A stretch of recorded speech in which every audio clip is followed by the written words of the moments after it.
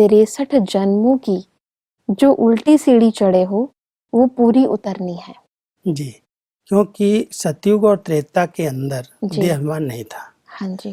भोग बल की सृष्टि नहीं थी। जी। ये काम क्रोध जो विकार हैं, हाँ जी। इनकी प्रवेशता जब हम देहाभिमान में आए तब से हुई, हाँ जी। द्वापर युग से।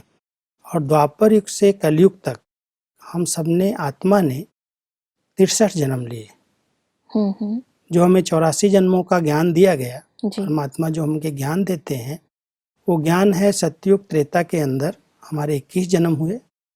और द्वापर प्रारंभ होते ही जब आत्मा अपने देहमान में आ गई, अपने आप को भूली, तो ये विकारी सृष्टि शुरू हो गई।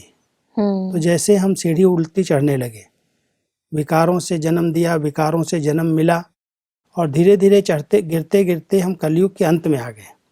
तो पूरा 63 जन्म द्वापर से लेकर कलयुग के अंत तक हम सब ने विकारी जीवन जिया, क्योंकि विकारों के बीज के बिना ये जन्म, ये शरीर नहीं मिला। तो ये उल्टी सीढ़ी चढ़ी। जो हमारी ओरिजिनल चीज है, आत्मा की पवित्रता है, वो पवित्रता नष्ट हो गई। विकारों से जन्म हुआ, विकारों से जन्म दिया। तो इस प्रकार से उल्टी सीढ़ी चढ़ते आए। ज्ञान मिलता है फिर से सतयुग लाने के लिए, स्वर्ग की दुनिया स्थापन करने के लिए, और वो है भोग बल की सृष्टि नहीं, योग बल की। तो परमात्मा अधर कुमारों को, माना शादीशुदा जो हैं, पारिवारिक जीवन में रह रहे हैं, उनके लिए शिक्षा दे रहे हैं कि तुमने 63 जन्म द्वापर से लेकर के देहाभिमान में आकर के विकारों के अधीन होकर के कलयुग के अंत में अभी पहुंचे जी। अब फिर से जो उल्टी सीढ़ी उतर गए, अब फिर से चढ़ना है, यानी अपने अंदर पवित्रता को फिर से अपनाना है। फिर से अपनाना है। जी जी। इसमें सबसे इम्पोर्टेंट है, इसमें लास्ट पौड़ी यानी लास्ट सीढ़ी का वर्णन है जी। वो लिखा है कि लास्ट पौड़ी कौन सी उतरनी है, इस देह के भान को छोड़ देना है। जी। जैसे कोई शरीर के वस्त्र उतारते हो तो कितना सहज उतारते हो, वैसे ही यह शरीर रूपी वस्त्र भी सहज उतार सको और सहज ही समय पर धारण कर सको। सबको यह अभ्यास पूर्ण रीति से सीखना है, लेकिन कोई कोई का ये देह अभिमान नहीं टूटता है। देह का चोला क्यों सहज नहीं उतरता है? वस्त्र जब टाइट होता है तो नहीं उतार सकते। मैं सब इस चीज को थोड़ा और एक्सप्लेन करेंगे।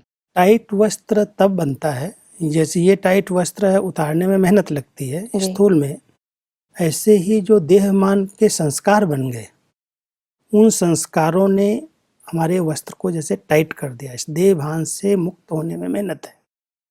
तो परमात्मा हम सबको इस टाइट वस्त्र को ढीला करने का ज्ञान देते हैं। टाइट हो गया संस्कारों के कारण, संस्कार बहुत पक्के हो गए, देह को देखने के, देह संबंध में आने के, उसी तरह से व्यवहार करने के, नाम रूप गुण, उन्हीं के अंदर हम सब टाइट होते गए, संस्कार बनते गए।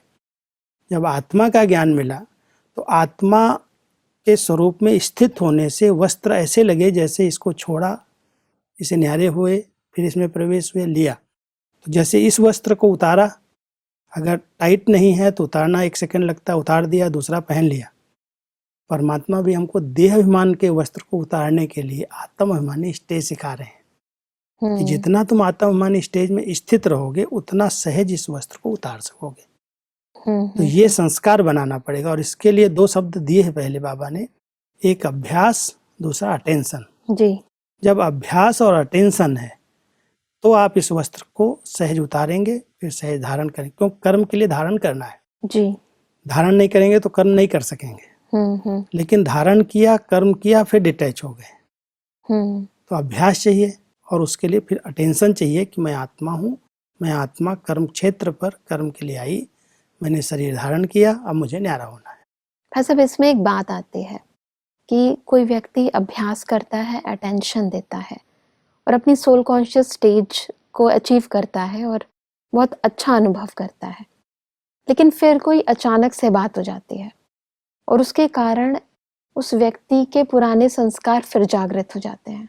यानी उसने वस्त्र ढीला किया पर किसी न किसी कारण से वो वस्त्र फिर टाइट हो जाता है। तो ये जो दोबारा टाइटनेस आ गई, इसमें कहाँ ढीलापन है? इसका एक मूल कारण है जी। जो हमारे संस्कार बने हुए हैं हाँ जी। उनको हमने योग अग्नि से जलाया नहीं, हमने उनको ऐसे कामन रीति से छोड़ा हुआ है। जैसे अगर बीज है कोई चीज़ का, वो आप ऐसे ही अपने घर में रख दें तो बीज जब भी उसको पानी मिलेगा, धूप मिलेगी, मिट्टी मिलेगी तो अंकुरित हो सकता है। लेकिन अगर वो बीज को भून करके फिर रखा हुआ है तो कितना भी वातावरण हो, कैसा भी पानी धूप में मिट्टी में डाल दो, बीज अंकुरित नहीं होगा। तो ये जो संस्कार बने हुए हैं, हमने योग अग्नि में इन संस्कारों को जलाया नहीं, भस्म नहीं किया।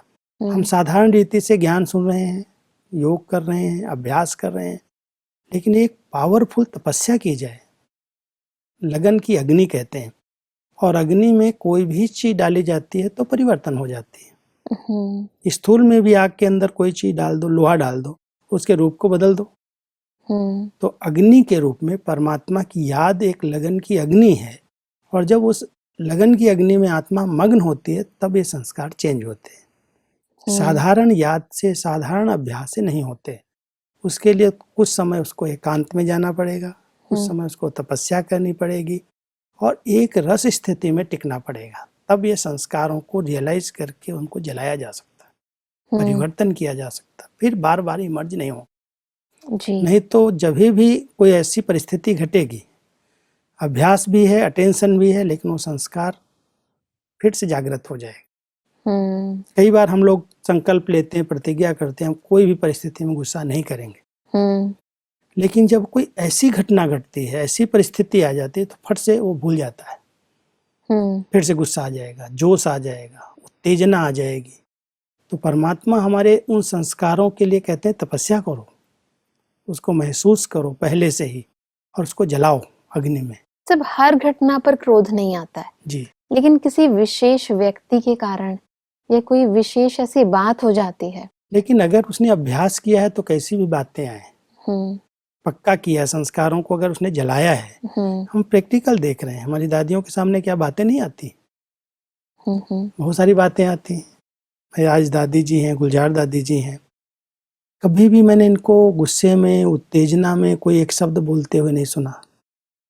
बातें आती हैं, कई बातें आ जाती हैं जो तनाव वाली होती हैं, यज्ञ के हित में भी नहीं होती हैं, फिर भी वो मुस्कुरा करके, शांत रह करके, बाबा को साक्षी हो करके, नथिंग न्यू कह करके फिर से अपनी स्थिति नहीं बिगाड़ती। शिक्षा देंगी, बताएंगी, लेकिन गुस्से में आकर के नहीं, बहुत शांति से, शीतलता से। तो उन्होंने क्रोध पर विजय पाई है। इसलिए हम लोगों को जब सिखाते हैं तो यही कहते हैं कि अगर इसको तुमने छोड़ा है तो छोड़ा माना छूटा, फिर पकड़ के क्यों रखा। कैसी भी परिस्थिति बने, जब छोड़ दिया तो फिर से नहीं मर्ज होना चाहिए। यही बहुत बड़ी विशेष बात होती है कि कई बार लोग घरों में भी होते हैं तो कहते हैं वैसे मुझे क्रोध नहीं आता, लेकिन जब जैसे मेरा पति बोल देते हैं या मेरा बच्चा जिसको मैं बहुत कुछ केयर करती हूँ वो जब कह देता है तो मुझे गुस्सा आ जाता है। कई कहते हैं कि अगर कोई झूठ बोलता है तो मुझे क्रोध आ जाता है, इसने झूठ क्यों बोला। लेकिन परमात्मा हमको एक बहुत सुंदर शिक्षा देते हैं कि झूठ उसने बोला, क्रोध तुमने किया, तो दोनों समान हो गए। वो भी गलत नहीं, तुम भी गलत नहीं रहे, क्योंकि उसने झूठ बोल दिया, तुमने गुस्सा कर लिया, तो पाप किसका बना। झूठ बोलने वाले से ज्यादा गुस्सा करने वाले का बन गया। इसलिए उसने अगर झूठ बोला तो आप शांति से समझ करके जब कोई समय आए तो बता सकते हो। जोश में आ गए, गुस्से में आ गए, कुछ उसी समय तुरंत बोल दिया तो और टकराव बन जाएगा। इसलिए अगर ज्ञान योग का अभ्यास किया है, कर रहे हैं, तो ये गुस्सा नहीं आएगा कोई के झूठ को देख करके।